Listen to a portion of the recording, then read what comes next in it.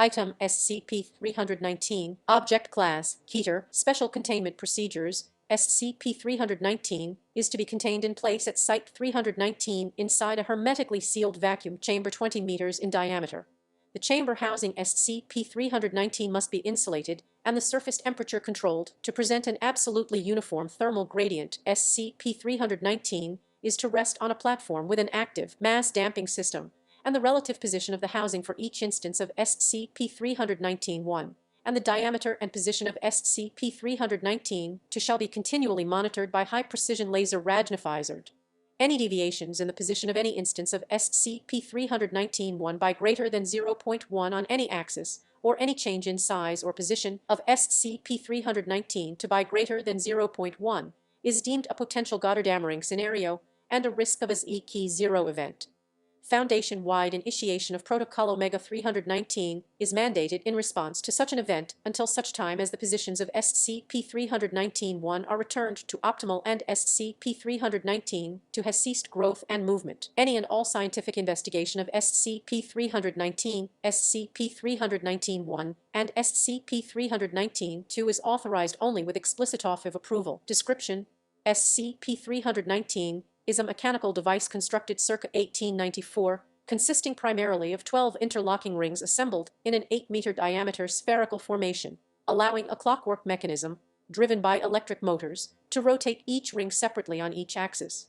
The purpose of the assembly appears to be the precise placement of 12 instances of SCP-319-1 in relation to each other.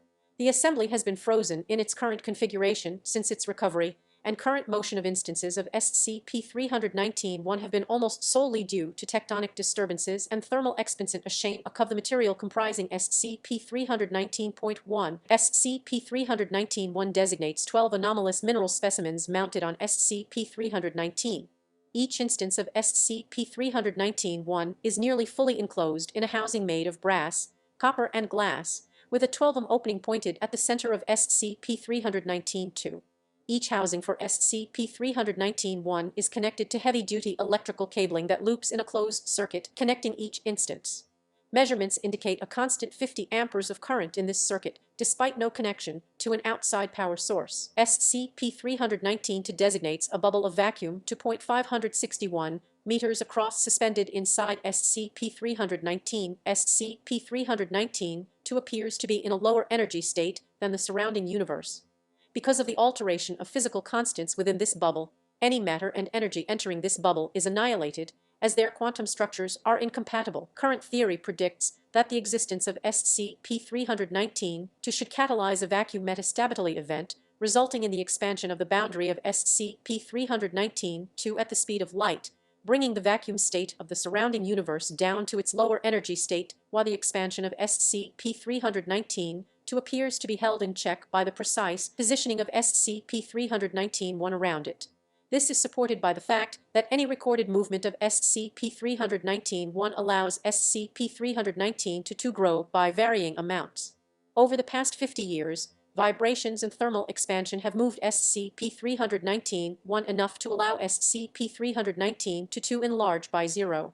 Redacted meters in diameter, meaning that, at its current rate of expansion, in redacted years containment will fail as the outer boundary of SCP-319-2 intersects the innermost ring of SCP-319. Addendum: selected excerpts from the Journal of Sir Bandon Lawhet Smythe, recovered with SCP-319. August 12, 1893. I found myself pleasantly surprised today when word arrived of a shipment from England. It appears my rival was as good as his word, living up to the terms of our wager. It seems that day, 6 months ago in the Explorers Club, Lord Redacted was not boasting of his accomplishments.